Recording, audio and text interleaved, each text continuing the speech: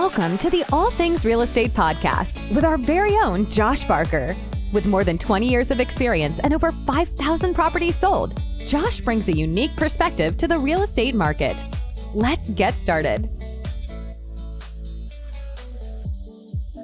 Happy New Year, Josh. Happy New Year, Joey. Oh my goodness, 2026. I never thought I'd make it this long. You've made it. Congratulations. Yeah, I know. Congratulations. Hopefully more to come. Hopefully, That's right. Hopefully a year from now, I'll be happy 2027. So, this time of year, it's always like you reflect upon how'd the last year go? Right. You think about 2025. I was kind of in my mind going through like the highs and lows of 2025. And the same big thing in real estate, it's almost always the exact same question. It's always interest rates, or Sure. at least it has for the last few years. That's been the big giant cloud. So we're going right in on it. Well, I don't know. That's the one that, you get the, hey, I heard the market's this and I heard the market's that. Right. And I was talking to a friend who lives in Florida, and they were talking about the condo market. Sure. But that's not the renting market. Right. So I'm kind of like a broken record in that I'm like, there is no market. Yeah. Right. There is a renting market. There's segments within the renting market, but it doesn't matter what's going on in Austin, Texas. Yeah. But the one thing that's universal in the United States is the interest rates. That's true. Yeah. So that's kind of the big one. And if you look at renting, we've been saying the same thing for several years now, that there's two major winds hitting each other. And one is interest rates, because they got pretty high there. I think They did. I think they may have even broke 8%, but I'm not sure. I think it was a short period. Yeah. Yeah. But they stayed in the sevens quite a bit. Now I think they're in the low sixes. They are 6.2. And we'll get into it in a minute about, hey, are they going to go in the fives? And then the other one has been inventory. Just not a lot of building going on. No. And those are the two things that have been battling this whole time. Yeah. And everything else is just small little ancillary stuff. Sure.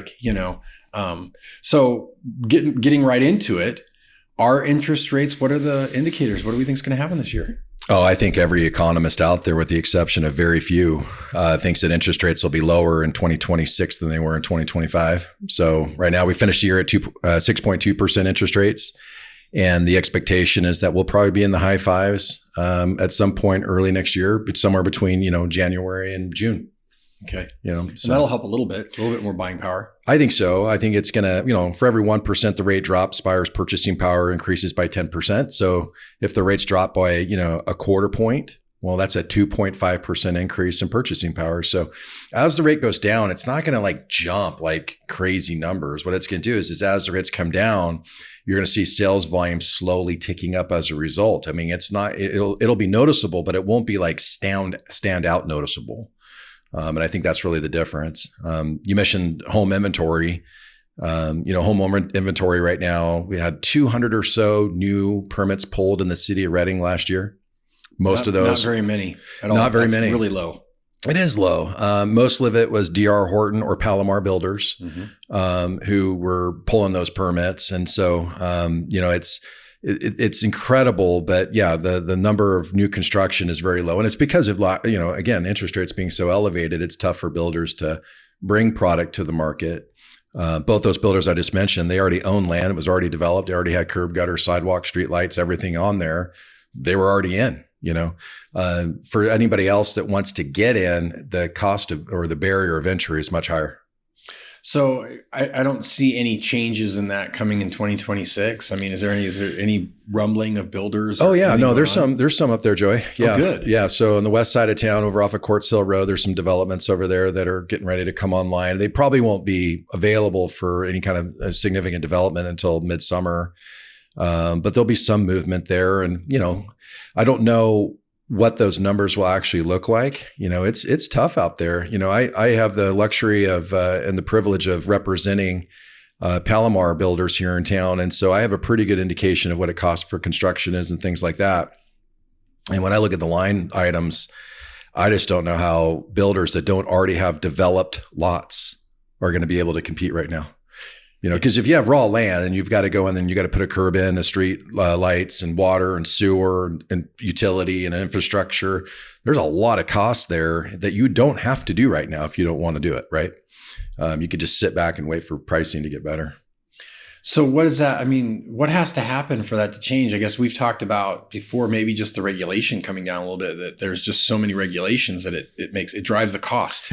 Yeah, so far it doesn't look like the regulations are going to stop. I think that what's going to end up happening is there's going to be this a cap on new regulations, right? And I don't think they're going to be repealing too much of what's already existing on the books. And that's really hard to do. You got to get people that already voted on something to unvote something. And it's not likely. So I think what you're going to see is less cumbersome regulation coming out of the state now, because obviously they realize that they're a part of the problem. But the cost of construction is high. So as interest rates go down, purchasing power goes up, home prices can come up, and that'll give that margin that builders need right now in order to build. That's like a double-edged sword, or maybe that's not the right metaphor, but I always hear people like, well, I'm going to wait for the interest rates to come down. It's like, if you wait that long, the price of the home is going to reflect. Oh yeah. Like if you wait for the interest rate to come down, whatever you think you picked up on the interest rate, you lost because of the purchase price of the home. Yeah. So think of it this way. If you want new construction in Shasta County to kick off at a meaningful level, that would actually mean prices of homes had to go up. Because again, contractors right now, the difficult thing they have is that they have a hard time bringing a product to market at an affordable price because of where home prices are right now. They need home pricing to go up. And I know that folks that don't watch this real closely, they may not appreciate what I just said. They might be upset about it actually and say, hey, well, we don't need higher prices. It's like, well, you're right. Nobody wants that. But builders right now can acquire a piece of property, develop the property, build the home, offer it to the market, service the cost of capital, right? Take the risk, and provide that to the market at a price that they can afford. So what do you want? No housing? Or housing that's a little more costly than you would like, and that's really the choices that people are faced with right now. And like, what is the solution? I mean, it sounds like the only solution is that we have to get the regulation down so that builders can actually bring a product to market. Well, if you were to just do economics 101, the number one solution is you have to increase supply. So then you ask the question, well, how do you increase supply? Well, you have to actually have incentives for builders to build. Well, why does that happen? Well, they have to know they're not going to lose money. It's pretty simple, right? If they think they can be profitable in the endeavor, they're going to do it. That there's no question. So backing off regulations, stop adding more regulations. There are certain things that, I was thinking about this morning, and I definitely don't want to get in the weeds on this one. But think about fire suppression systems. It costs money to put fire sprinklers in houses. The reason why I'm not sure if it was a good move for us or not is because when the car fire hit, I looked at all those homes that were burnt to the ground who had sprinklers. Yeah. And I go, well, I don't know if sprinklers worked in that case. So how many cases does it actually help? And if it doesn't help a lot, then why don't we just strike that line item out of the cost of construction? And that then becomes a price that you can offer the home at that's lower. I don't know what some fire suppression systems cost on the average home right now, but I think the line item might be $10,000 to $13,000. Well, the house could be discounted by that same amount if they didn't have to have fire sprinklers. And that's just one line item. That's just one. Yeah, you said before that, like, if we go back and look at homes that were built in the early 90s, they're still all standing. Of course they are. And maybe looking at the regulations from like 1994 to now and saying, right. Okay, are any of those regulations actually bringing value to the marketplace? Or is this just an added cost to both builder and buyer? Well, I think most people would agree that's added cost for sure. And then you can argue about the trade-offs of is it a good added cost or a bad one? But I mean, solar's another example, $25,000, $30,000 line item. So now if you took those two items and you subtracted them from the overall cost for construction, you just discounted the house price by $40,000. Yeah. Most buyers don't care. I mean, they like solar, don't get me wrong, but the city of Reading utility is very affordable. You know what I mean? Yeah. So if you think about it, you're like, okay, well, I don't know if they would, if I gave them the choice, fire suppression system and solar, or you can buy the house for 40 grand less, which one do you think they're going to pick? Yeah. And that's an example. And there's many more of what we could be doing if people wanted to take it that serious. But, for this podcast, I think we could just bookmark this one and say, there are things that could be done, but I don't know if they will be done. Yeah. So if we're not going to see a big, push in housing being built, what else has to happen? Like what's going to change in the market? Well, interest rates going down. So what will end up happening is as rates go down, people will be able to afford more for a mortgage, right? In terms of purchase price with the same monthly payment. And so that push up in what you qualify for and what you're able to buy that home for will cause home prices to go up. Home pricing going up means that more builders will build, and that will help to replenish the housing market. The other side of it is that as interest rates go down, those who are sitting on 3% mortgages or 4% mortgages, if the rate gets down into the mid fours, low fives at some point in the future, they'll be more willing to relinquish their existing rate and go get a different rate, right? And now all of a sudden you have homes coming to market that were kind of locked in. There's a lot of people today, Joey, you'd be surprised. There's a ton of people we talk to who could not afford the house they live in today if they had to have today's interest rates to live in it. I believe it. And so they're stuck. They can't move. And that has an effect on the overall supply of homes for sale.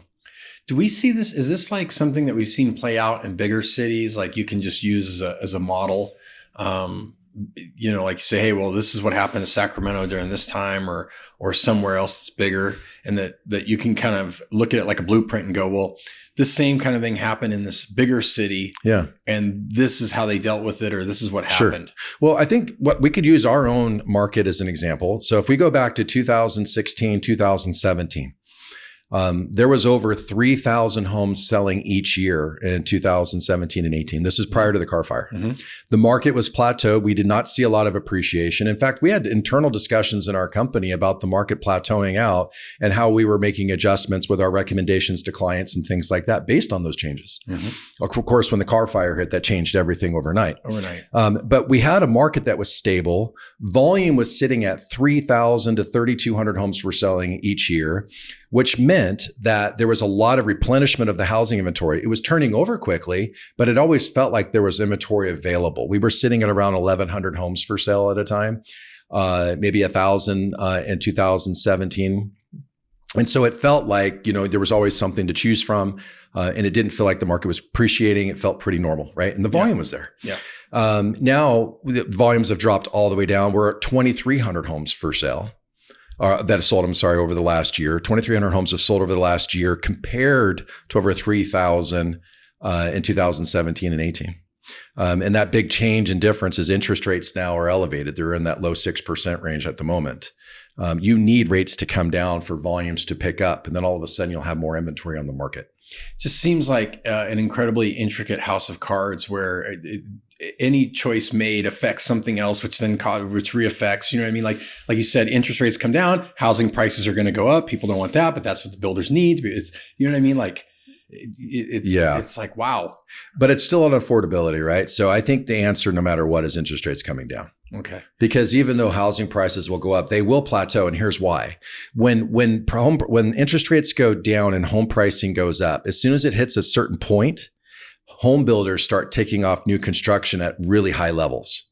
And when they do that, they're replenishing the housing supply quickly, which causes a plateau in home pricing. Got it. Okay. Because suddenly there's huge supply. All of a sudden there's this huge supply of homes for sale. And because the interest rates are low, people can afford it. And so it takes the pressure off the market, where right now we can't do that. The home pricing isn't high enough for builders to really contribute to the housing supply at a meaningful level. And so cost for construction's high, mortgage payments are high, and there's no new construction now. Are we still, and you always talk about absorption rate, which is how long it would take if no new homes came to the market, how long would it take at current sales volume to get rid of your inventory? Are we still in a neutral market? Yep. 4.3 months supply homes for sale right now based on dead center. Dead center. Yeah. Yeah. The psychology in the market's neutral, means that buyers and sellers really don't feel like they have leverage one over the other, or they both feel that they have leverage over one or the other. But there's conflict there. So that's why it's neutral. You'll know when you're in a seller's market, because wherever you go, you just can't have anybody stop talking about it. When you're in a buyer's market, because sellers are terrified that prices are dropping and buyers are feeling like they might want to wait to see if they can get a better deal. You're just not seeing that right now. And all of this has an effect, or it works hand in hand with the rental market. I know you were talking in your market update about the current rental market. I was kind of shocked by how much the average 3.2 2-car garage built in the early 90s. I think you said it was like over $2,200 a month in rent. $2,250 a month in renting right now. 3-bedroom, 2-bath, about 1,400 square feet, 2-car garage built in mid 1990s. That's what you're going to get for rent right now. And that has an effect, because if your rent is only a few dollars less than your mortgage, you got a lot more motivation to Well, that same buy. home right now with current interest rates is about $3,000 a month in a mortgage payment. So it is still cheaper at the moment to rent that house. Yeah, that's because the rates are elevated. yeah. You bring those rates down to like 4.5%. Well, all of a sudden it's a tie, and it's like, well, do you want to rent it or do you want to own it? Because the payment's about the same. Something else we talked about this year was a multifamily building. Yeah. Did that ever kick in? Is that really going on around here? It has gone off. It's not big now. There was a few projects that have now been buttoned up. Nothing stands out to me at the moment. I know there will be some in the summer that are related to a new housing project on the west side of town that you'll see some more units there, but nothing that's going to really contribute in a meaningful way. Again, this last year, we had about 2,300 or so homes close escrow. You go back the year prior, it was only off by 5. Pretty consistent. Oh yeah. And you go back the year before that, it was only off by 3. So it is so tight in terms of how many buyers are available in the market. I mean, if you brought in new construction in the multifamily sector right now, let's say you brought in 200 housing units, I do think it would have an immediate impact on the vacancy rate overall. Right now, we're sitting around a 7.5% vacancy rate. And I think it would jump maybe to 7.75% or 8% vacancy rate. Which would soften prices. If you're wondering, what does that mean? It means that rents wouldn't be going up. They're really not now anyway. They're kind of plateaued, but they might even slide backwards a little bit. Another thing was around 2019, 2020, there was just a bunch of people were moving, and a lot of people moved here. It brought a lot of people here. And that slowed down. That kind of went by the wayside. Yeah. As far as, the remote workers. Yeah. Remote workers has died off a little bit, and the pendulum has swung back. So, I mean, it would take something else like a big migration of labor to Reading that would also have a big impact. Suddenly you'd have all these buyers that would press the market, and it would push it back to a seller's market again. And we have some decent things happening. I mean, I don't know, the Amazon plant that's going to be going out there off in the Stillwater Business Park, that's going to be a contribution to the economy here. Is there an ETA for when that's supposed to be online? Next year. It is? Okay. Yeah.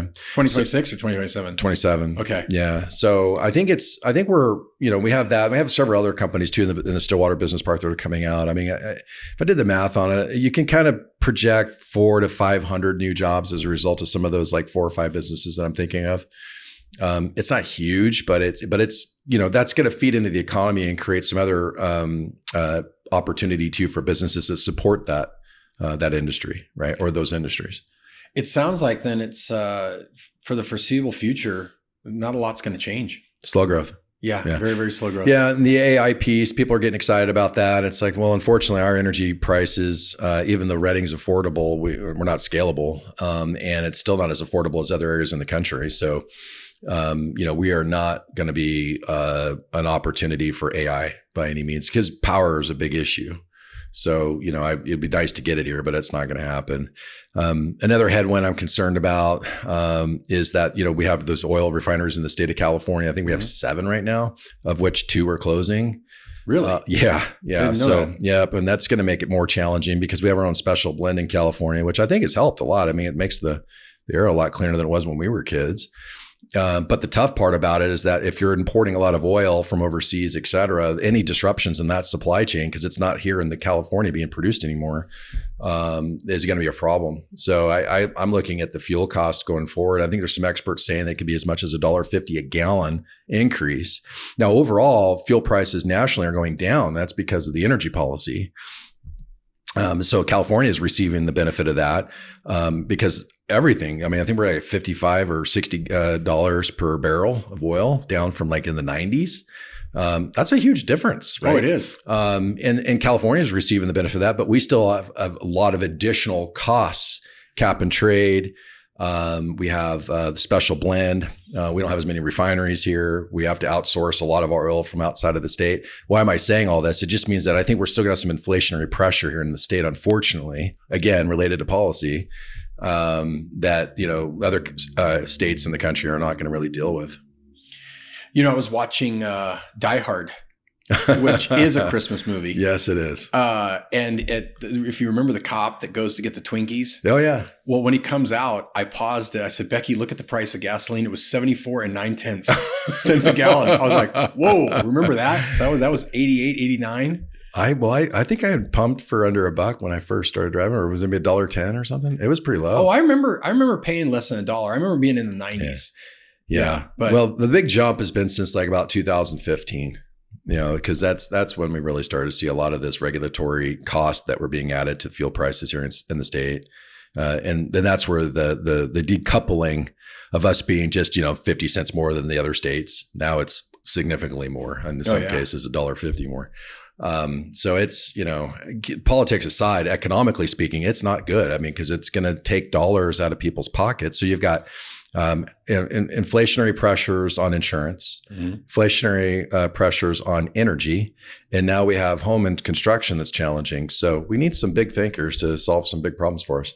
Man, good luck with that.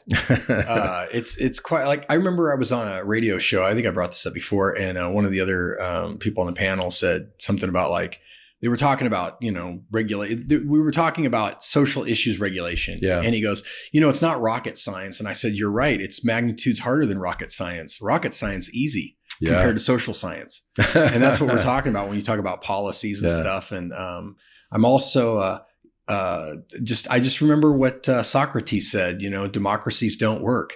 I know that people watching this like, oh my goodness, what did he just say? But it's like, you kind of can't let the masses make the choices, because they'll always kind of like, okay, do you want to pay more and fix this? Or would you rather defer, kick the can down the road? I say kick the can. Overwhelmingly, 84% won, it's like, we need to make some tough choices, and we need some real leaders to step up and start thinking much more long-term. Yeah, I do agree. We do live in the state of California. There is a supermajority that needs to come together and decide on a policy that makes sense for everybody. One luxury, I think, of living in California is that there can't be a lot of fighting back and forth because there's only one party running it. So, hopefully they just have better policy. Good luck with that, Josh. Some other things for the year. We don't talk about it very much, but did we see any changes in like commercial real estate? Did that move at all? Well, in the state, yes. I mean, state is still running some pretty big challenges in some of the bigger city stuff where there's massive amounts of vacancy, still having challenges getting people back to work, if you can believe that. Redding doesn't have that at all. In fact, it's a completely different fact pattern. What would you consider to be Class A or B plus commercial properties? Right now they're renting out really quick. I'm really good friends with a couple commercial guys here in town. And, when we're talking about it, it's just, Josh, it's always the same thing. They'll say, Josh, it's, vacancy rates are low. Rents are really strong for anything that's in great shape. And that seems to be true. There's some downtown Redding stuff that's still vacant that's quickly starting to fill, with the public market coming online and the success that it's shown so far. It's bringing a lot of promise to the downtown. Hopefully they can fill up the rest of that space, but there's still quite a bit downtown, but it's not improved yet. It's literally got to be developed, right? It's got to have tenant improvements brought in. So I would say commercial's still doing pretty well. I've heard good things. I haven't been down to the public market, but I've heard several people, you got to check out the public market. Yeah. I'm just always happy to hear when there's development and new things going on, versus, kind of like blight. There's the old down there in Athens, it was like this corner gas station that was a bunch of stuff. And I think an auto repair just moved in. Yep. And I drove by it and it just looks so much better. New sign, new paint. Yep. There's actually something going on versus a chain link fence around it to keep people out. And so that's always a good sign. I'm glad to see that kind of stuff. Well, and it's something we used to do as we were kids, right? I mean, you used to see the old red Ryder wagon that was rusty over at the neighbor's house. And if you were industrious enough, you'd bring it home and you'd sand it and then you'd paint it. And then you'd put it back out there for sale on the curb and you might make a couple bucks. And, it's just taking something that wasn't so beautiful, turning it into something more beautiful and then offering that to the public. I think that's, that's what I like about real estate. A lot of people go in and buy a property and they fix it up and give it a nice facelift and present it to the market as an improved asset. And that's a great thing. No, absolutely. The conversations you're having this year, you deal with a lot of sellers. Yeah. What are like the big conversations? Is it can I get the top dollar for my house, or should I even go to market, or what are some of the conversations that you're having? Good question. Well, I think most sellers always want, obviously, top dollar is an important thing, right? Yeah. That's a Unless given. they're philanthropists and they just want to give it all away. Yeah. I haven't run into too many of those. No, me either.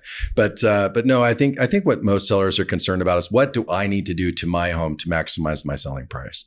Do I need to put in capital investment into my home, or is it wiser not to do any of those updates, right? So I think that's where we really show up to help them walk through that, because there's times when I'll go into a property and really the best investment they can make is not make one. Yeah. And just sell it in its current condition, which is great when that's the case. There's other times when I go in and I can tell right up front, all right, there's some major issues that if we can't resolve them, it's going to have an impact on the selling price in a pretty bad way. And that time is when you bring those things up. So you're just trying to, that's where most sellers are trying to figure out, if an average seller who has a really clean home, they know that their home has been, moderately upgraded and in pretty good shape. They're not so much concerned about that, right? They're just focused on, all right, how long is it going to take? What's it going to cost? What's the process? But those have big questions. It's about how much money should I spend? And I imagine that those are one of the big factors is the segment they're in. When you're talking about the lower segments under $350,000 versus the higher segments, I think that conversation, I mean, it's a case by case basis, but you probably see patterns.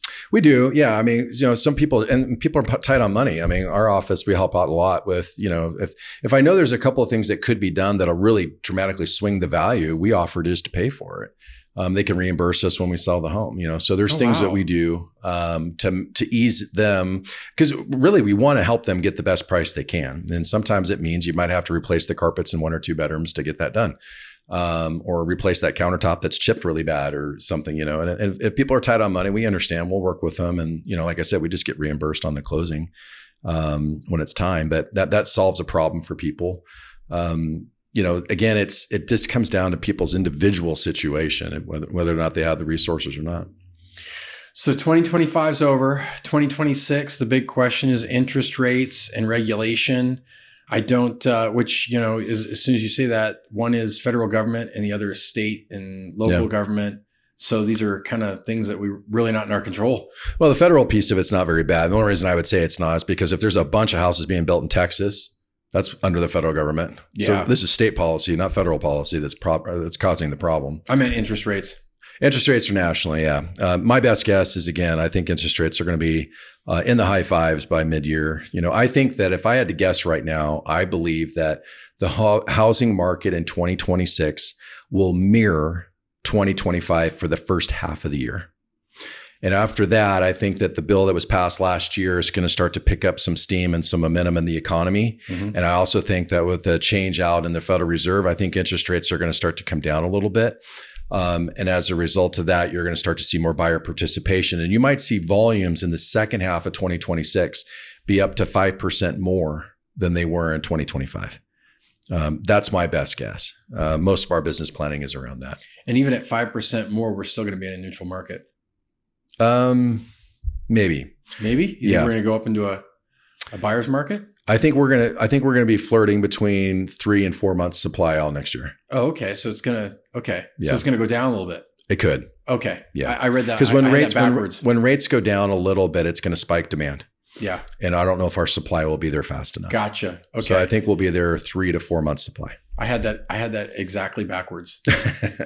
Well, Josh, sounds like business as usual. Yep. The last 3 years have been very, very steady and calm. Yep. And that's like the horizons. Yeah.